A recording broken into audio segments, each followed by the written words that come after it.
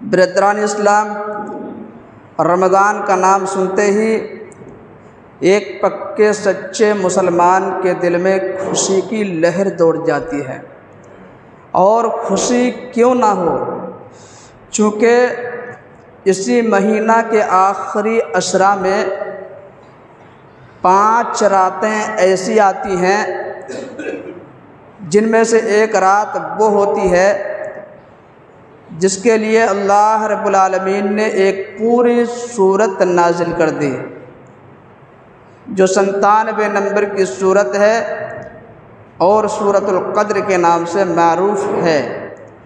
اس سورت میں اللہ رب العالمین نے اس رات کے متعلق کیا ارشاد فرمایا، آئیے ذرا اس کا ترجمہ سن لیتے ہیں۔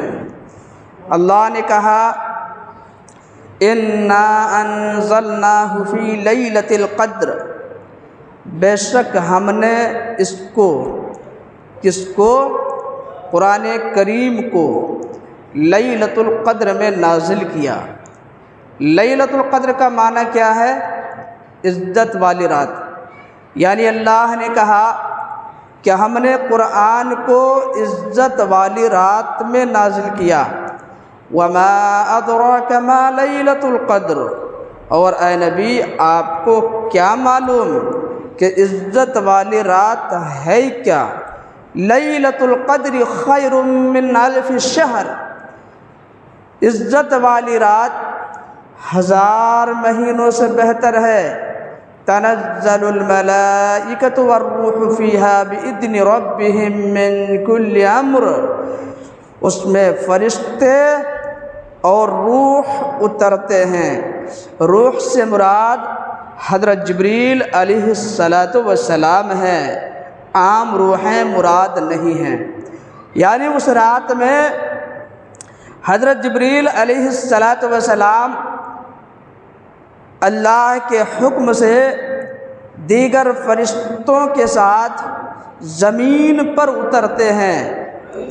سلام ہی حتی مطلع الفجر، وہ رات طلوع فجر تک سلامتی والی ہوتی ہے۔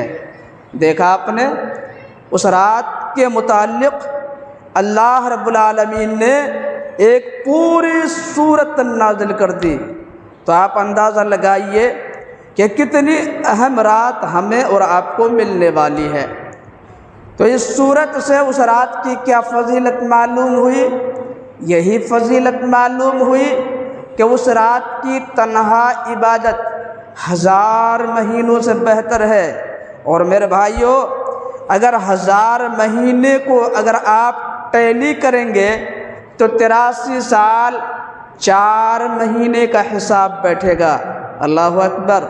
عام طور پر اس امت کے لوگوں کی عمریں بھی اتنی نہیں ہوتی جتنی اللہ نے ایک رات میں عبادات کا اجر و ثواب رکھ دیا ہے۔ اگر اللہ کا کوئی بندہ اس رات میں صحیح طریقے سے عبادت کر لے تو اسے 83 سال 4 مہینے کی عبادات سے بھی زیادہ اجر و ثواب مل جائے گا۔ اس پہ اللہ کا جتنا بھی شکر ادا کیا جائے وہ کم ہے۔ اس رات کی ایک فضیلت یہ بھی ہے، اگر اس رات میں اللہ کا کوئی بندہ خشوع اور خضوع کے ساتھ عبادت کر لیتا ہے تو اس کے پچھلے سارے گناہ معاف کر دیے جاتے ہیں۔ ایک حدیث سن لیجئے، بات سمجھ میں آ جائے گی۔ عن ابی ہریرہ رضی اللہ تعالی عنہ ان رسول اللہ صلی اللہ علیہ وسلم قال من قام لیلۃ القدر ایمانا واحتسابا غفر له ما تقدم من ذنبه، رواہ البخاری فی کتاب فضل لیلۃ القدر، چیپٹر نمبر 32، حدیث نمبر 2014۔ سیدنا ابو ہریرہ رضی اللہ تعالی عنہ بیان کرتے ہیں، اللہ کے نبی صلی اللہ علیہ وسلم اپنے صحابہ کو ترغیب دے رہے ہیں، نیک اعمال کرنے پہ ابھار رہے ہیں۔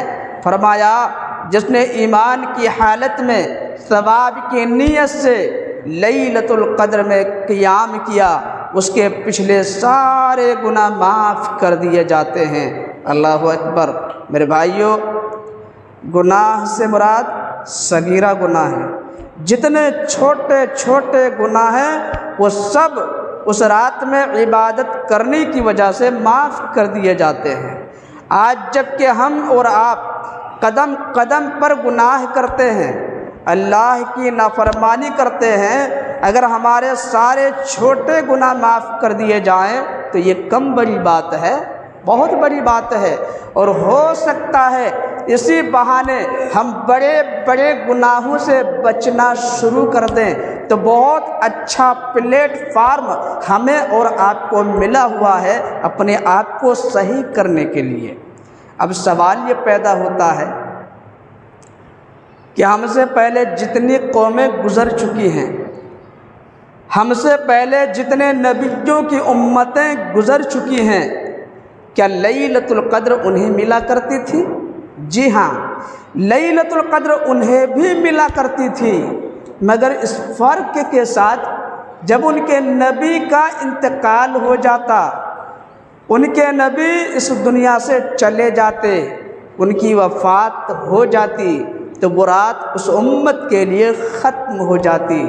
لیکن اللہ رب العالمین کا ہم پر خاص فضل و کرم ہے کہ ہمارے نبی صلی اللہ علیہ وسلم اس دنیا سے جا چکے ہیں، آپ کی وفات ہو چکی ہے، پھر بھی اللہ نے وہ رات ہمارے لیے باقی رکھی ہے اور قیامت تک باقی رکھے گا۔ مسند احمد میں ایک حدیث ہے، صحیح حدیث ہے، جلد نمبر 3 صفحہ نمبر 294 پہ سیدنا ابو ذر غفاری رضی اللہ عنہ کہتے ہیں، میں نے اللہ کے رسول صلی اللہ علیہ وسلم سے پوچھا، اللہ کے رسول یہ بتائیے کہ لیلۃ القدر صرف رمضان میں ہوتی ہے یا رمضان کے علاوہ دیگر مہینے میں بھی ہوتی ہے؟ دیگر مہینوں میں بھی ہوتی ہے؟ تو آپ صلی اللہ علیہ وسلم نے فرمایا صرف رمضان میں ہوتی ہے۔ سیدنا ابو ذر غفاری رضی اللہ عنہ کہتے ہیں، میں نے پھر پوچھا اللہ کے نبی یہ بتائیے لیلۃ القدر صرف آپ کی زندگی تک رہے گی، یعنی جب تک آپ دنیا میں موجود ہیں، آپ بحیات ہیں تب تک رہے گی، یا آپ کے دنیا سے جانے کے بعد، آپ کی وفات کے بعد بھی رہے گی، قیامت تک رہے گی؟ تو اللہ کے نبی صلی اللہ علیہ وسلم نے فرمایا میرے دنیا سے جانے کے بعد بھی رہے گی اور قیامت تک رہے گی۔ اللہ اکبر۔ میرے بھائیوں، اللہ کا شکر ادا کیجئے کس بات پر؟ اس بات پر کہ اللہ رب العالمین نے ہمارے لیے وہ رات باقی رکھی ہے، جبکہ ہمارے اور آپ کے پیارے نبی حضرت محمد صلی اللہ علیہ وسلم یہ دنیا چھوڑ کر جا چکے ہیں۔ لیلۃ القدر سے متعلق جتنی باتیں میں نے بتائی ہیں اور آپ نے سنا ہے، اس سے معلوم ہوتا ہے کہ لیلۃ القدر اللہ رب العالمین کا اپنے بندوں کے لیے ایک خاص تحفہ ہے۔ لیکن سوال یہ ہے کہ رب کا وہ خاص تحفہ کن لوگوں کو ملے گا؟ جواب بہت آسان ہے، جو لوگ اپنے دلوں کو اپنے رب کی محبت سے سجائیں گے، جن کی زبان پر رب کی کبریائی کا نغمہ جاری ہوگا، رات کی تنہائی میں اپنے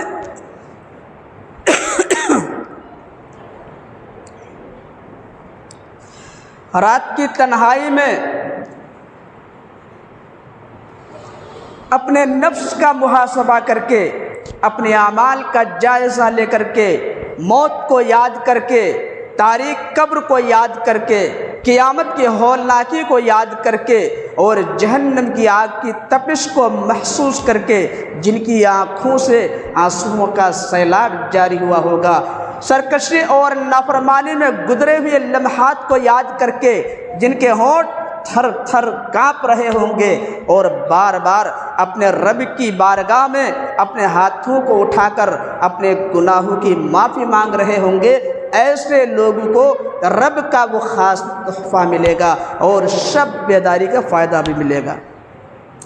لیکن جو لوگ پوری رات چہل قدمی کرتے ہوئے گزار دیتے ہیں، قہوہ خانوں میں بیٹھ کر، ہوٹلوں میں بیٹھ کر چائے کافی یا سگریٹ بیڑی پیتے ہوئے یا تمباکو رگڑتے ہوئے پوری رات گزار دیتے ہیں۔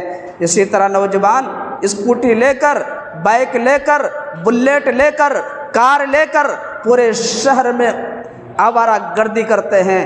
اسی طرح کتنے نوجوان ہیں جو اس رات میں کیرم کھیلتے ہیں، لوڈو کھیلتے ہیں۔ اسی طرح کتنے نوجوان ہیں جو اس رات میں موبائل کے پیچھے لگ جاتے ہیں، فری فائر گیم کھیلتے ہیں، پب جی کھیلتے ہیں، بگمی کھیلتے ہیں۔ اسی طرح واٹس ایپ میں میسیج فارورڈ کر رہے ہوتے ہیں، فیس بک میں چیٹنگ کر رہے ہوتے ہیں، اسی طرح اپنے یار دوستوں سے فون پہ بات کر رہے ہوتے ہیں۔ اس طریقے سے رات گزار دیتے ہیں۔ اسی طرح کتنے نوجوان ہیں جو سیریل دیکھتے ہیں، فلمیں دیکھتے ہیں، کتنے نوجوان ہیں جو گانے سنتے ہیں، اور نہ جانے کیا کیا دیکھتے ہیں، کیا کیا کرتے ہیں اور کیا کیا سنتے ہیں، اللہ ہی کو معلوم ہے، اللہ کی پناہ۔ تو اگر کوئی اس طریقے سے اس رات میں جاگتا ہے، شب بیداری کرتا ہے، تو میرے بھائیوں یاد رکھیے گا اسے اس رات کا کوئی بھی ثواب نہیں ملے گا، رب کا وہ خاص تحفہ ہرگز نہیں ملے گا، اور نہ شب بیداری کا اسے کچھ بھی فائدہ ملے گا۔ اس لیے اگر آپ اس رات سے فائدہ اٹھانا چاہتے ہیں تو تمام خرافات سے بچنا ہوگا اور صحیح طریقے سے اللہ کی عبادت کرنی ہوگی۔ آئیے لیلۃ القدر سے متعلق چند اہم مسائل سن لیتے ہیں۔ مسئلہ نمبر 1، لیلۃ القدر کون سی رات میں ہوتی ہے؟ تو یاد رکھیے اس سلسلے میں علماء کے بہت سارے اقوال پائے جاتے ہیں، لیکن صحیح قول یہ ہے کہ لیلۃ القدر آخری عشرہ کی 5 طاق راتوں میں سے کوئی بھی رات ہو سکتی ہے۔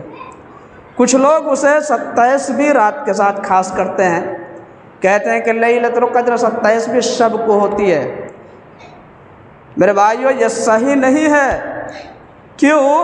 اس لیے کہ رمضان کبھی بھی ایک موسم میں نہیں آتا ہے، نہ کبھی آئے گا نہ کبھی آیا ہے۔ کبھی سردی کے موسم میں رمضان آتا ہے، ٹھنڈ کے موسم میں ہم اور آپ دھیرے دھیرے ٹھنڈ کے موسم کے قریب ہو رہے ہیں۔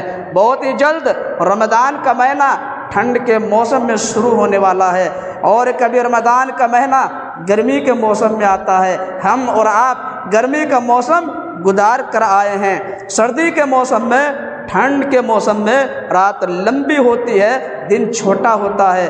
گرمی کے موسم میں رات چھوٹی ہوتی ہے، دن لمبا ہوتا ہے۔ تو جس طرح رات بدلتی ہے، دن بدلتا ہے، اسی طرح تاریخ بھی تو بدلے گی۔ کیا تاریخ ایک ہی جگہ پہ رہے گی؟ جی نہیں، تاریخ بھی بدلتی ہے۔ اس لیے اگر کوئی کہتا ہے کہ لیلۃ القدر صرف 27ویں رات کو ہوتی ہے تو یہ بہت بڑی بھول ہے۔ خود اللہ کے رسول صلی اللہ علیہ وسلم نے کہا کہ لیلۃ القدر آخری عشرہ کی 5 طاق راتوں میں سے کوئی بھی رات ہو سکتی ہے۔ دلیل حدیث ملاحظہ ہو، عن عائشہ رضی اللہ تعالی عنہا ان رسول اللہ صلی اللہ علیہ وسلم قال تحروا لیلۃ القدر فی الوتر من العشر الاواخر من رمضان، رواہ البخاری فی کتاب فضل لیلۃ القدر چیپٹر نمبر 32 حدیث نمبر 2017، رواہ مسلم فی کتاب صیام چیپٹر نمبر 14 حدیث نمبر 1129۔ ام المومنین عائشہ رضی اللہ تعالیٰ عنہ بیان کرتی ہیں کہ اللہ کے رسول صلی اللہ علیہ وسلم نے فرمایا تم لیلۃ القدر کو رمضان المبارک کی آخری عشرہ کی طاق راتوں میں تلاش کرو، اور طاق راتیں کتنی ہیں؟ 5 ہیں، 21ویں، 23ویں، 25ویں، 27ویں اور 29ویں۔ یہ 5 راتیں طاق کہلاتی ہیں۔ ان 5 راتوں میں سے کوئی بھی رات لیلۃ القدر ہو سکتی ہے۔ یہ کس نے کہا؟ ہمارے اور آپ کے پیارے نبی حضرت محمد صلی اللہ علیہ وسلم نے فرمایا۔ تو مسئلہ کلیئر ہو گیا۔ اس سے بھی اگر تسلی نہیں ہوئی، ایک اور حدیث کا حوالہ دے رہا ہوں۔ حدیث چونکہ لمبی ہے اس لیے پوری حدیث پڑھ کے نہیں سناؤں گا، صرف حوالہ دے دوں گا، آپ کو ضرورت ہے تو آپ جا کے پڑھ سکتے ہیں۔ حدیث کے اندر آیا صحیح بخاری کتاب فضل لیلۃ القدر چیپٹر نمبر 32 حدیث نمبر 2018۔ جب پہلی بار رمضان المبارک کا مہینہ شروع ہوا، نبی صلی اللہ علیہ وسلم نے اور صحابہ کرام نے اسی اہتمام کے ساتھ روزہ رکھا جیسے ہم اور آپ رکھتے ہیں۔ ویسے روزہ پہلے بھی تھا، پچھلے خطبہ میں نے قرآن کی آیت کے حوالے سے کہا تھا، 184 نمبر کی آیت سورہ بقرہ کی، وَعَلَى الَّذِينَ يُطِيقُونَهُ فِدْيَةٌ طَعَامُ مِسْكِينٍ، اور طاقت رکھنے والوں کے لیے اختیار ہے کہ چاہے تو روزہ رکھیں، چاہے تو اپنے بدلے میں ایک مسکین کو کھانا کھلا دیا کریں۔ یہ اختیار پہلے تھا، لیکن جب 185 نمبر کی آیت فَمَنْ شَهِدَ مِنْكُمُ الشَّهْرَ فَلْيَصُمْ، کہ تم میں سے جو رمضان کا مہینہ پائے اسے چاہیے کہ پورے مہینے کے روزے رکھے۔ تو جب یہ آیت نازل ہو گئی تو پہلا والا اختیار ختم ہو گیا۔ ہاں، جب اختیار ختم ہو گیا تو نبی صلی اللہ علیہ وسلم نے، صحابہ کرام نے اسی اہتمام کے ساتھ روزہ رکھنا شروع کیا جیسے ہم اور آپ رکھتے ہیں۔ تو میرے بھائیو، پہلا رمضان جس میں لیلۃ القدر ہوئی وہ 21ویں رات تھی۔ کتنی رات تھی؟ 21ویں رات تھی، 27ویں رات نہیں تھی، 21ویں رات تھی۔ یقین نہیں آتا ہے تو حدیث کا حوالہ دے دیا ہے، آپ جا کے پڑھ لیجئے۔ بہرحال کہنے کا مطلب یہ ہے کہ لیلۃ القدر کسی ایک رات کے ساتھ خاص نہیں ہے، بلکہ 5 طاق راتوں میں سے کوئی بھی رات ہو سکتی ہے۔ مسئلہ نمبر 2، لیلۃ القدر کو کیوں مخفی رکھا گیا؟ کیوں نہیں بتایا گیا کہ فلاں رات لیلۃ القدر ہونے والی ہے؟ آئیے اسے ایک حدیث کے حوالے سے جاننے کی کوشش کرتے ہیں۔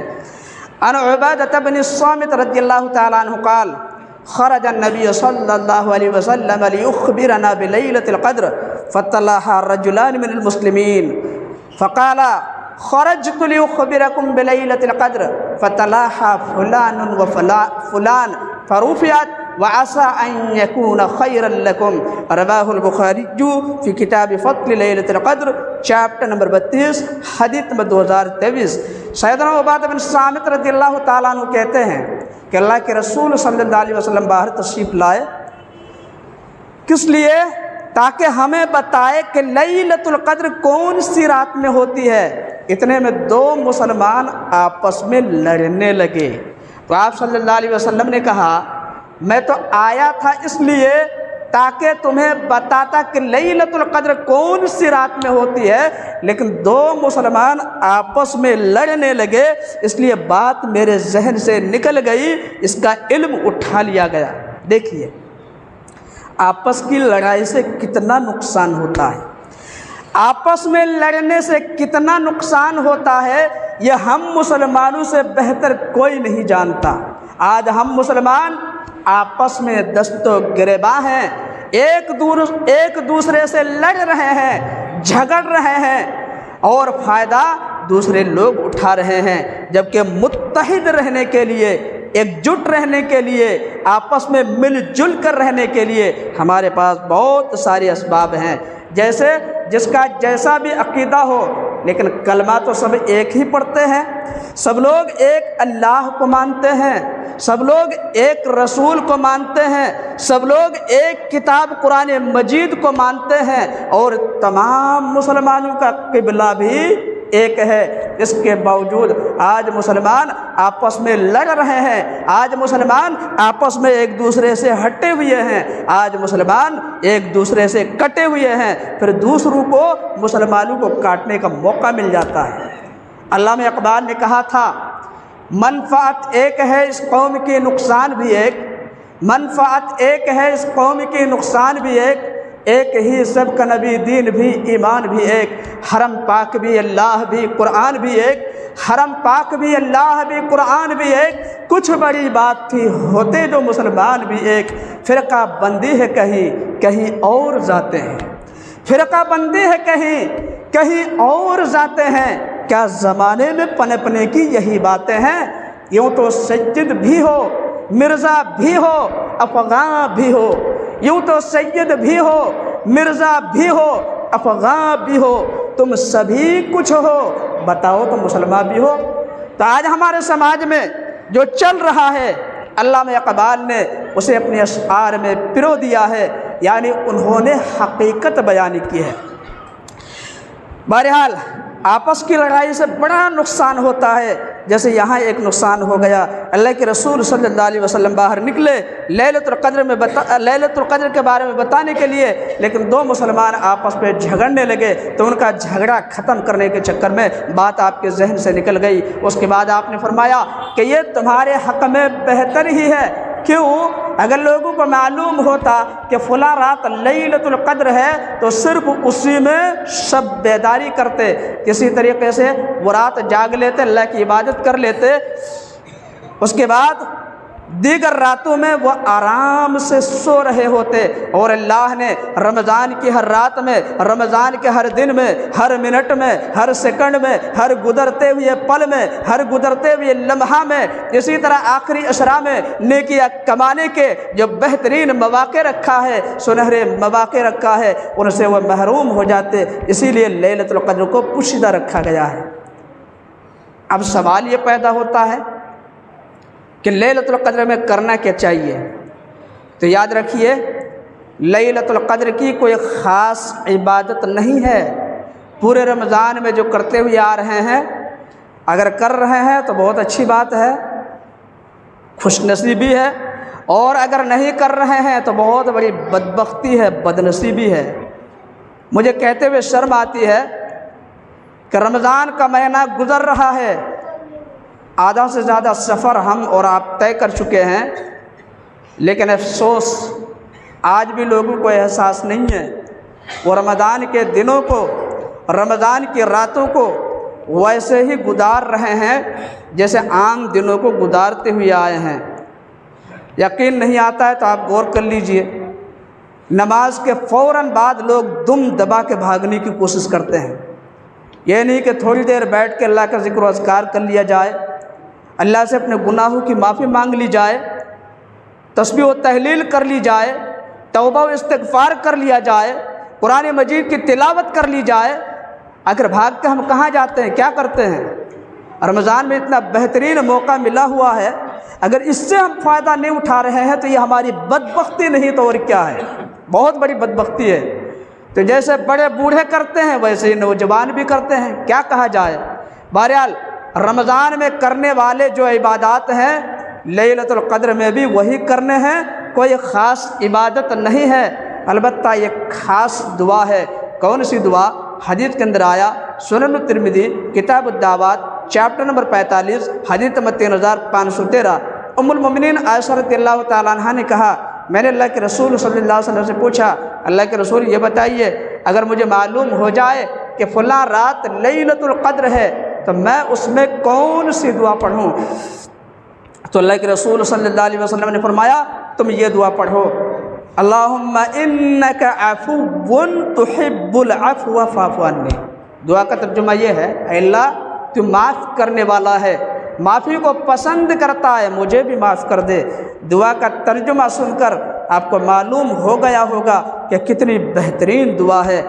تو 5 طاق راتوں میں دیگر دعاؤں کے ساتھ اس دعا کو بھی آپ کثرت سے پڑھیں۔ مسئلہ نمبر 3، ہمیں کیسے پتہ چلے گا کہ فلاں رات جو گزری ہے وہ لیلۃ القدر کی رات تھی؟ اس کے سمٹمز کیا ہیں، اس کے علامات کیا ہیں، اس کی نشانیاں کیا ہیں؟ تو یاد رکھیے، صحیح احادیث میں لیلۃ القدر کی چند نشانیاں بتائی گئی ہیں۔ آئیے چند نشانیاں آپ کو بتائے دیتا ہوں۔ پہلی نشانی، وہ رات نہایت صاف ستھری اور معتدل ہوتی ہے۔ صحیح ابن خزیمہ جلد نمبر 3 صفحہ نمبر 231۔ معتدل کا مطلب اگر سخت سردی کے موسم میں، ٹھنڈ کے موسم میں رمضان ہو تو اس رات میں زیادہ ٹھنڈ کا احساس نہیں ہوگا، اور اگر سخت گرمی کے موسم میں رمضان ہو تو اس رات میں زیادہ گرمی کا احساس نہیں ہوگا، موسم بالکل سہانا رہے گا۔ دوسری نشانی، وہ رات گزرنے کے بعد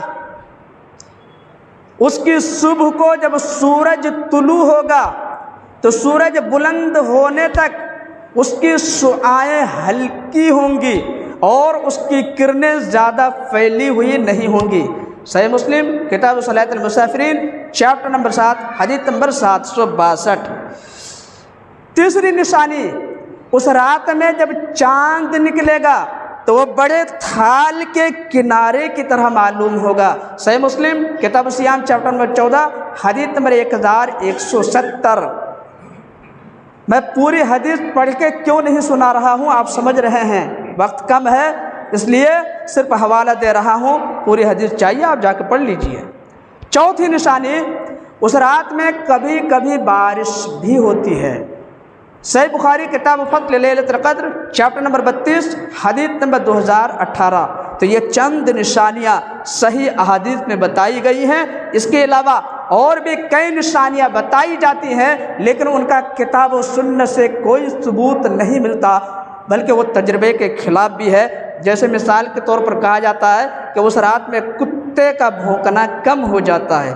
اسی طرح کہا جاتا ہے کہ اس رات میں سارے درخت زمین پر گر جاتے ہیں، اپنے رب کو سجدہ کرتے ہیں، پھر اپنی اصلی حالت میں لوٹ جاتے ہیں۔ اسی طرح کہا جاتا ہے کہ اس رات میں کھارا پانی میٹھا ہو جاتا ہے۔ تو یہ سب بکواس ہے، حقیقت میں کچھ نہیں۔ صحیح نشانیاں وہی ہیں جو اوپر میں نے صحیح احادیث کے حوالے سے بتایا ہے۔ میرے بھائیوں، آخری عشرہ میں ایک اور اہم عبادت آنے والی ہے، اور وہ کون سی عبادت ہے؟ اعتکاف۔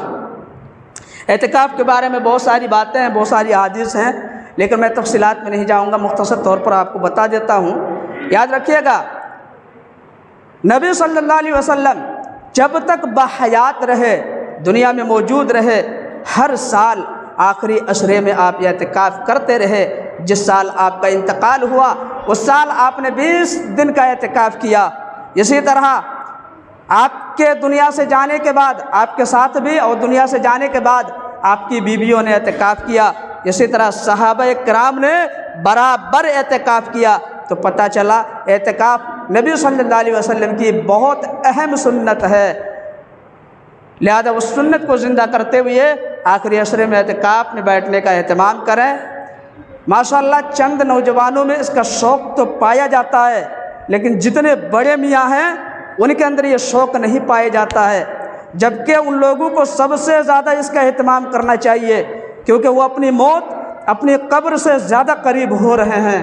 ان کی زندگی کی گارنٹی کم ہے، ویسے کسی کی زندگی کی گارنٹی نہیں ہے، لیکن جو لوگ 50 پلس ہو چکے ہیں، 60 پلس ہو چکے ہیں، 70 پلس ہو چکے ہیں، انہیں اس بات کا زیادہ خیال رکھنا چاہیے، اور اللہ نے جو موقع دیا ہے اس سے زیادہ فائدہ اٹھانا چاہیے، اور ان کو یہ بات اپنے ذہن میں رکھنی چاہیے کہ پتہ نہیں اگلا رمضان ہمیں نصیب ہوگا کہ نہیں، دوبارہ اللہ ہمیں موقع دے گا کہ نہیں، اس لیے اس سے زیادہ فائدہ اٹھانا چاہیے۔ لیکن ان لوگوں کو یہ بات سمجھ میں نہیں آتی ہے۔ نوجوان اعتکاف میں بیٹھتے ہیں لیکن یہ اعتکاف میں بیٹھنے کے لیے تیار نہیں ہے، تو یہ بہت بڑی بدبختی اور بدنصیبی ہے۔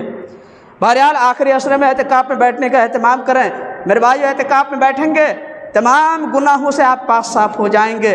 اعتکاف کے بہت سارے مسائل ہیں، صرف ایک مسئلہ آپ کو بتا دینا مناسب سمجھتا ہوں، اور وہ یہ ہے کہ اعتکاف کی جگہ میں کب داخل ہونا ہے۔ تو یاد رکھیے 21ویں رات کو آخری عشرہ میں جو 5 طاق راتیں آئیں گی، پہلی رات جو ہوگی 21ویں رات ہوگی، تو آپ 21ویں رات کو یہ اعتکاف کی نیت سے مسجد میں داخل ہو جائیں۔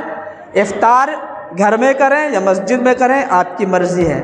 پوری رات جو پہلی رات ہوگی، پوری رات آپ اللہ کی عبادت میں گزاریں، ذکر و اذکار کریں، تسبیح و تحلیل کریں، توبہ و استغفار کریں، اللہ سے کثرت سے دعا کریں، اپنے گناہوں کی معافی مانگیں، قرآن مجید کی کثرت سے تلاوت کریں، اسی طرح نوافل کا اہتمام کریں۔